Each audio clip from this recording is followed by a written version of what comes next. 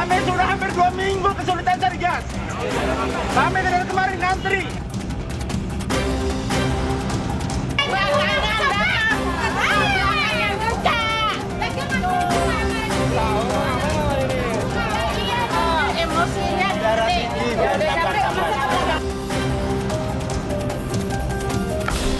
Aturan pemerintah lewat Kementerian ESDM soal penjualan LPG 3 kg atau gas melon menjadi polemik di masyarakat.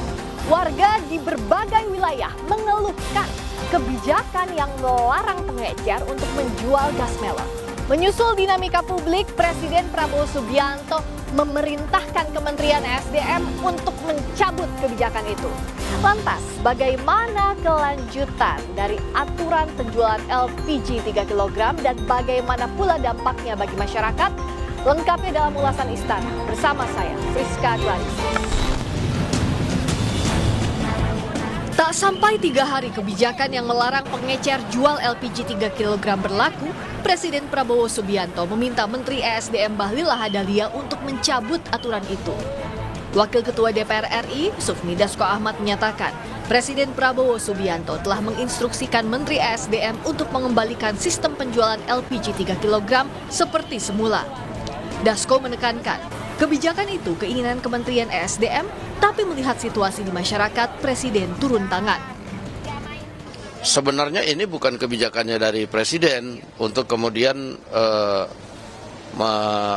melarang kemarin itu. Nah, tapi melihat situasi dan kondisi, tadi Presiden turun tangan untuk menginstruksikan agar para pengecer bisa dapat berjalan kembali sambil kemudian pengecer itu dijadikan sepangkalan, administrasi segala macamnya bisa sambil berjalan saja, demikian.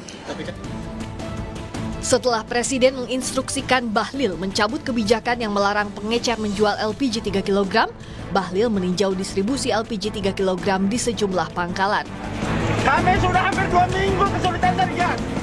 Bahlil kena protes warga saat mengunjungi pangkalan gas 3 kg di Tangerang, Banten.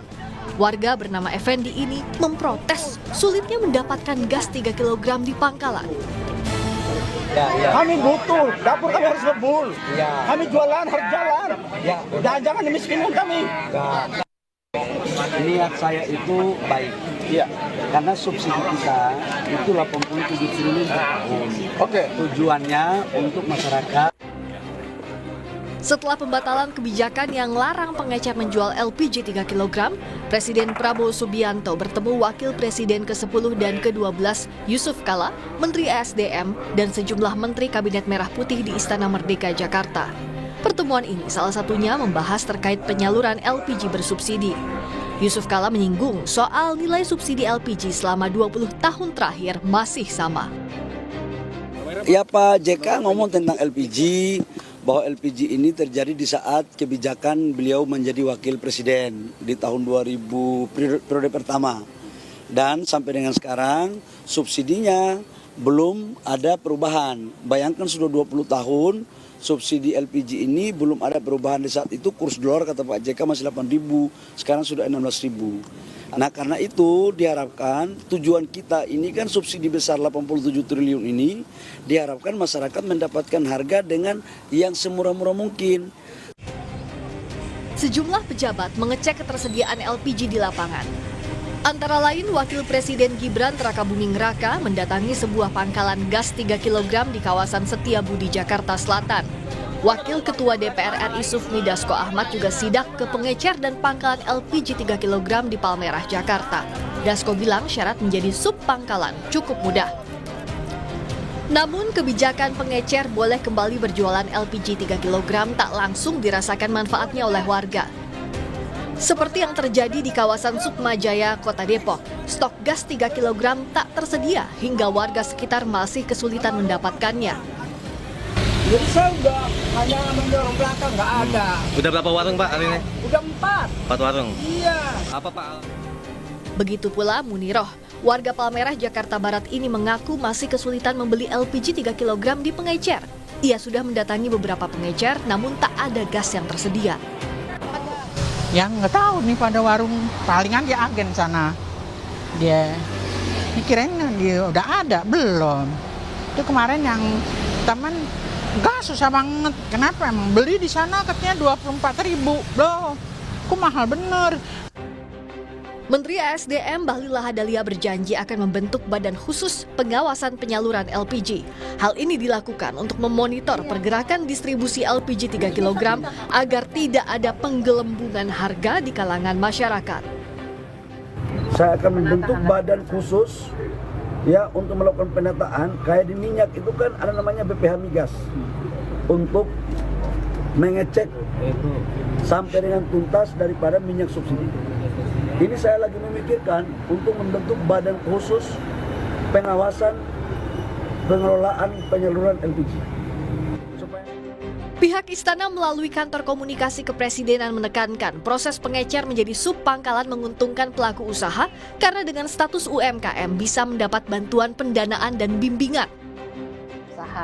Nah, ketika Ibu mendapatkan nomor induk berusaha ini, Bu Risna, nanti Ibu bisa menjual lagi, sudah bisa terus menjual, begitu ya, sudah bisa terus menjual gas LPG dan kemudian nanti dipantau di aplikasi. Nah, Ibu nanti kemudian akan menjadi status UMKM. Nah, ketika Ibu menjadi UMKM akan banyak sekali Bu manfaat yang bisa Ibu terima dari pemerintah. Contohnya misalnya jika dibutuhkan tambahan pendanaan begitu ya, modal. Untuk UMKM ada program-program pemerintah untuk bisa memudahkan mendapatkan tambahan modal, Bu Risna. Kemudian ada sejumlah syarat pengecer menjadi sub pangkalan. Pengecer bisa menjadi sub pangkalan LPG 3 kg secara gratis dengan mendaftarkan diri di subsidi tepat LPG Pertamina agar memiliki akun sebagai sub pangkalan. Pengecer bisa mendapatkan nomor induk berusaha atau NIB di website oss.go.id juga secara gratis agar bisa menjadi sub penyalur. Alternatif lain, pengecer bisa mendaftarkan diri secara manual ke penyalur resmi dengan membawa identitas KTP dan kartu keluarga. Kebijakan yang diketok palu oleh pemerintah apalagi menyangkut hajat hidup orang banyak harus ditimbang matang. Jangan sampai gerasa-gerusu membuat kebijakan yang katanya untuk masyarakat justru menyulitkan rakyat. Friska Clarissa, Yohan Bagja, Kompas TV, Jakarta.